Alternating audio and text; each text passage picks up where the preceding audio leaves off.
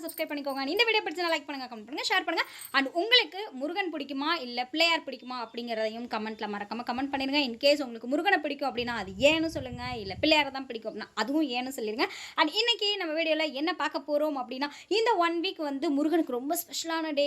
கந்தசஷ்டி விரதம் இருந்து நிறைய பேர் வந்து வேண்டுதலை வச்சுப்பாங்க. நிறைய பேர் பாலும் பழம் சாப்பிட்டு விரதம் இருப்பாங்க. நிறைய பேர் உப்பு இல்லாத சாப்பாடு சாப்பிடுவாங்க. நிறைய பேர் சாப்பிடவே மாட்டாங்க. ஸோ அவங்களால முடிஞ்ச மாதிரியான விரதங்கள்லாம் இருப்பாங்க. அண்ட் ரொம்ப ஸ்பெஷலாக வந்து நிறைய பிரசித்தி பெற்ற முருகன் கோயிலெல்லாம் வந்து பயங்கரமாக வந்து இன்னைக்கு செம சூப்பராக சூரசம்ஹாரம் நடக்கும். ஸோ நம்ம இன்னைக்கு எந்த கோவில் போக போகிறோம் அப்படின்னா, நம்ம திருச்சி தெப்பக்குளத்துக்கு கிட்ட நியர்பையில் இருக்கக்கூடிய நாகநாதர் சுவாமி கோவிலுக்கு தான் போக போகிறோம். ஸோ சூப்பரான சூரசம்ஹாரம் பார்க்க போகிறோம். ஸோ வீடியோ ஃபுல்லாக ஸ்கிப் பண்ணாமல் பாருங்கள். அண்ட் நீங்கள் எந்த ஏரியாவில் போய் எந்த கோவிலில் சூரசம்ஹாரம் பார்த்தீங்க அப்படிங்கிறதையும் மறக்காமல் மென்ஷன் பண்ணிடுங்க. வாங்க வீடியோக்குள்ளே போகலாம்.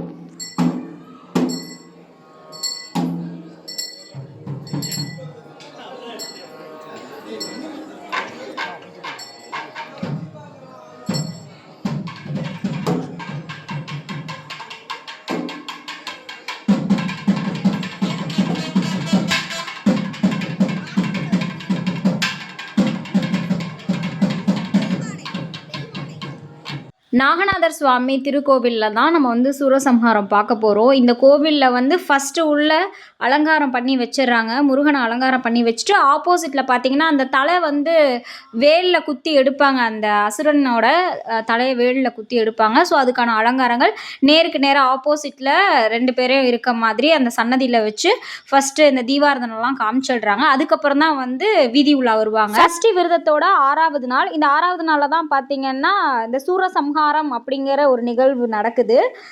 நாளைக்கு பார்த்தீங்கன்னா திருக்கல்யாணம் வைபவமும் இருக்கும். ஸோ மேபி நம்ம வந்து வீடியோவில் நான் கண்டிப்பாக ஷூட் பண்ணேன் அப்படின்னா அப்லோட் பண்ணுவேன். ரொம்ப பிரம்மாண்டமாக எப்போயுமே இயர்லி பார்த்தீங்கன்னா நாகநாதர் கோவிலில் இந்த சூரசம்ஹாரம் திருக்கல்யாணம் இதெல்லாம் வந்து சூப்பராக பண்ணுவாங்க. அண்ட் இந்த இயர் தான் வந்து எனக்கு ஷூட் பண்ணுறதுக்கான ஒரு பிராப்தம் இருந்தது அப்படின்னே சொல்லலாம். அலங்காரம்லாம் அவ்வளோ அல்டிமேட்டாக இருந்தது. முன் அலங்காரம் பின் அலங்காரம் எல்லாமே அவ்வளோ சூப்பராக இருந்தது மக்களே.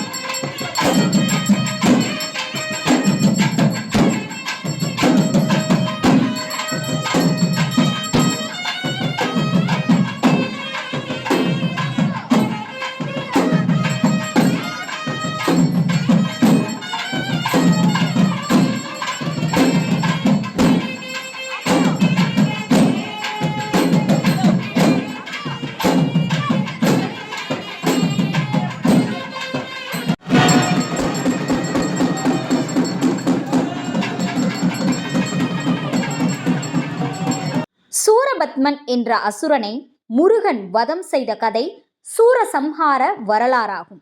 இது கந்தசஷ்டி விரதத்தின் முக்கிய நிகழ்வாக கொண்டாடப்படுகிறது. தீமையை அழித்து ஆணவத்தை வேல் எனும் ஆயுதத்தால் அழித்த திருவிளையாடல் இது. இந்த நிகழ்வு திருச்செந்தூரில் 6 நாட்கள் நடைபெறும் கந்தசஷ்டி விழாவின் உச்சகட்டமாக திகழ்கிறது. வரலாறு பார்ப்போமா? அசுரனின் பிறப்பு. சூரபத்மன் காஷ்யப முனிவருக்கும் மாயாவுக்கும் பிறந்தவன். அவன் தேவர்களுக்கு எதிராக பெரும் படையுடன் போர் தொடுத்தான். முருகனின் அவதாரம். தீமையின் உருவமான சூரபத்மனை அழிக்க முருகன் அவதரித்தார். முருகன் திருச்செந்தூரில் 6 நாட்கள் தவம் இருந்து பின்னர் சூரபத்மனை வதம் செய்தார். ஆணவத்தை அழித்தல். முருகன் சூரனை வதம் செய்தாலும் அவனது உயிரை கொல்லாமல் அவனது ஆணவத்தை அழித்து அவனுக்கு அருள் புரிந்தார். இதனால்தான் வேல்வேல் வெற்றிவேல் என்று பக்தர்கள் போற்றுகின்றனர். கந்தசஷ்டி விரதம். கந்தசஷ்டி விரதம் தமிழ் மாதமான கார்த்திகையில் கொண்டாடப்படுகிறது.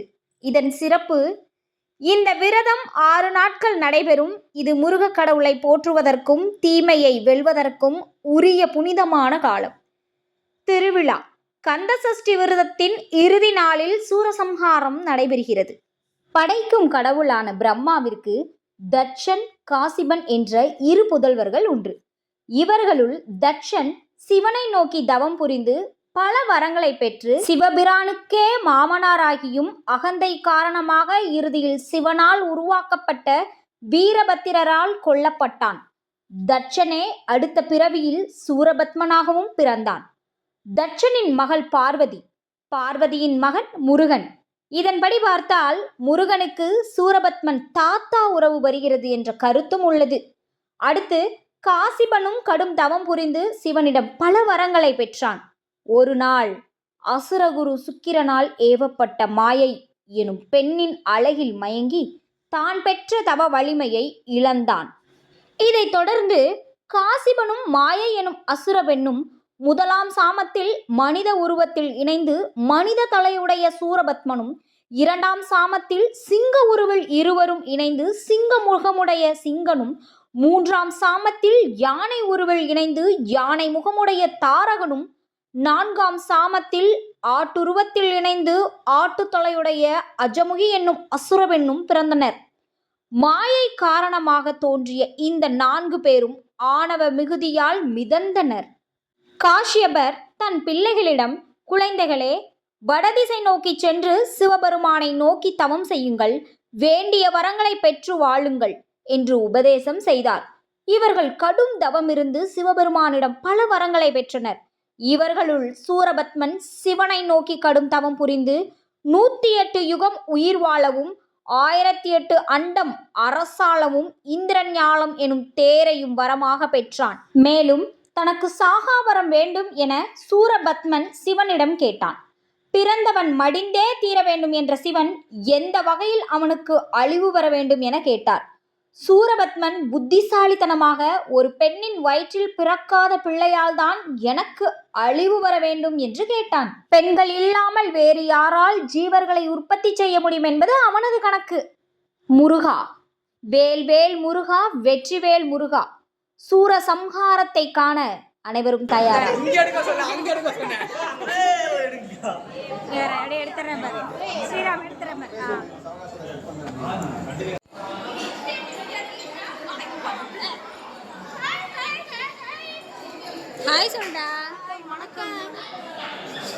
வரத்தை பெற்ற சூரபத்மனும் அவனுடன் பிறந்தவர்களும் தன் குலகுருவான சுக்கிராச்சாரியரிடம் ஆசி பெற்று தம்மை போல் பலரை உருவாக்கி அண்ட சராசரங்கள் எல்லாவற்றையும் ஆண்டு இந்திரன் முதலான 30 முக்கோடி தேவர்களையும் சிறையில் அடைத்தனர். இந்திரன் சூரபத்மனுக்கு பயந்து பூலோகம் வந்து ஒளிந்து கொண்டான். அசுரர்களின் இந்த கொடுமையை தாங்க முடியாத தேவர்கள் கைலாயம் சென்று சிவபெருமானிடம் சூரபத்மனிடம் இருந்து தங்களை காக்கும்படி முறையிட்டனர். சிவனும் அவர்களை காப்பாற்றும் நோக்குடன் பார்வதியின் தொடர்பின்றி தனது 6 நெற்றிக் கண்களை திறக்க சிவனுக்கு ஈசானம், தத்புருஷம், அகோரம், வாமதேவம், சத்யோஜாதம், ஞானிகளுக்கு மட்டும் தெரியக்கூடிய அதோமுகம், மனம் என்ற 6 முகங்கள் உண்டு. அவற்றிலிருந்து தோன்றிய 6 தீப்பொறிகளையும் வாயு பகவான் ஏந்திச் சென்று சரவண பொய்கையில் மலர்ந்திருந்த தாமரை மலர்கள் மீது சேர்த்தான். அந்த தீப்பொறிகள் 6ம் 6 குழந்தைகளாக தோன்றின. அந்த 6 குழந்தைகளையும் 6 கார்த்திகை பெண்கள் 60 பாலூட்டி சீராட்டி வளர்த்தனர். முருகன் என்றால் அழகன். கோடி மன்மதர்களை விட அழகாக இருந்தான் அவன். முருகபெருமான் தேவகுரு பிரகஸ்பதி மூலம் அசுரர்களின் வரலாற்றினை அறிந்தார்.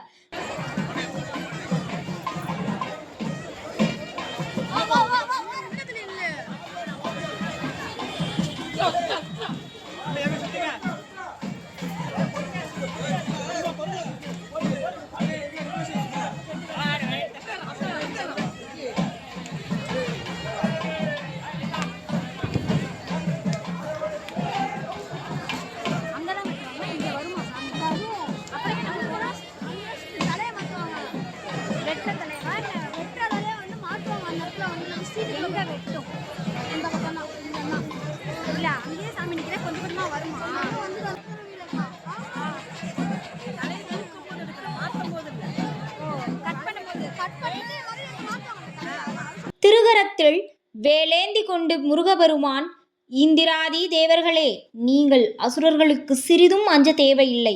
5 முகம் தோன்றும் போது இந்த 6 முகத்தை எண்ணுங்கள். உங்கள் குறைகளை சீக்கிரமே போக்கி அருள் செய்வது என் வேலை என்றார். அசுரர்களை அழிக்க நினைத்த முருகன் முதலில் சிங்கமுகன், தாரகாசுரன், அவன் மகன் என எல்லா சேனைகளையும் 5 நாட்களில் அழித்தார். 6ஆம் நாள் எஞ்சியவன் சூரபத்மன் தான். தனது சேனை தலைவரான வீரபாகுவை சூரபத்மனிடம் தூது அனுப்பி வைத்து அவனை திருந்தும்படி எச்சரித்தார். ஆனால் சூரபத்மன், பாலகன் முருகனா எனக்கு எதிரி, யார் வந்தாலும் இந்திராதி தேவர்களை காக்க யாராலும் முடியாது என்று கூறினான். உடனே பிரம்மா, விஷ்ணு, சிவன் ஆகிய மும்மூர்த்திகளும் முருகபெருமானை சூரனுடன் போர் புரிய அனுப்பினர்.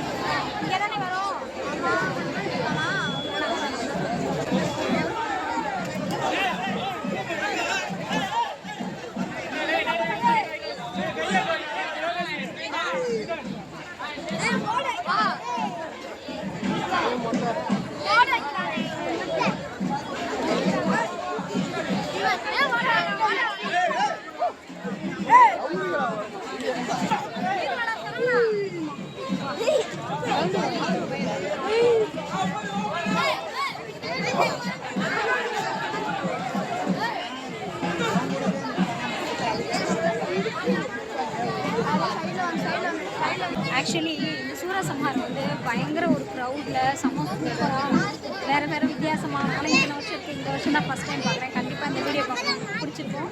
ஒரு பயங்கர ஒரு இதாக இருக்குது.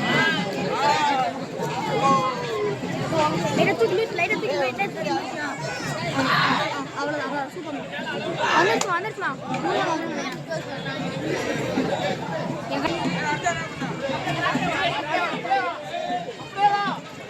சைடாகவே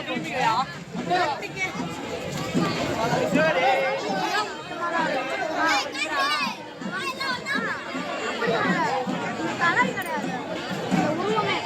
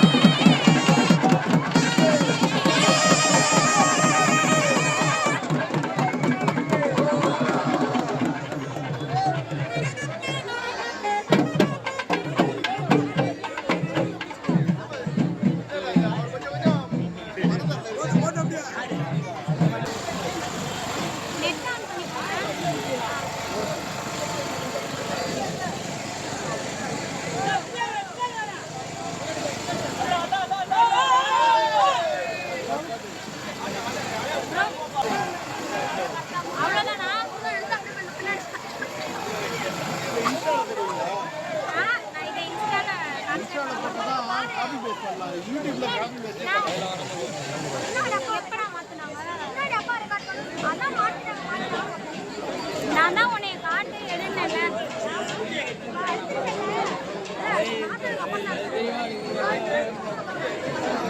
ஏய் இப்போ அவ்வளோதானே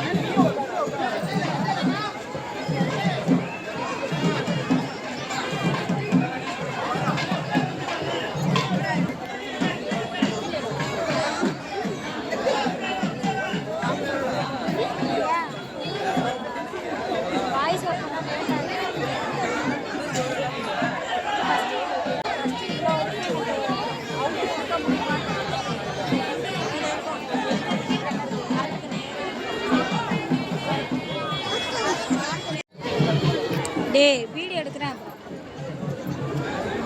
ஸ்ரீஷாந்த்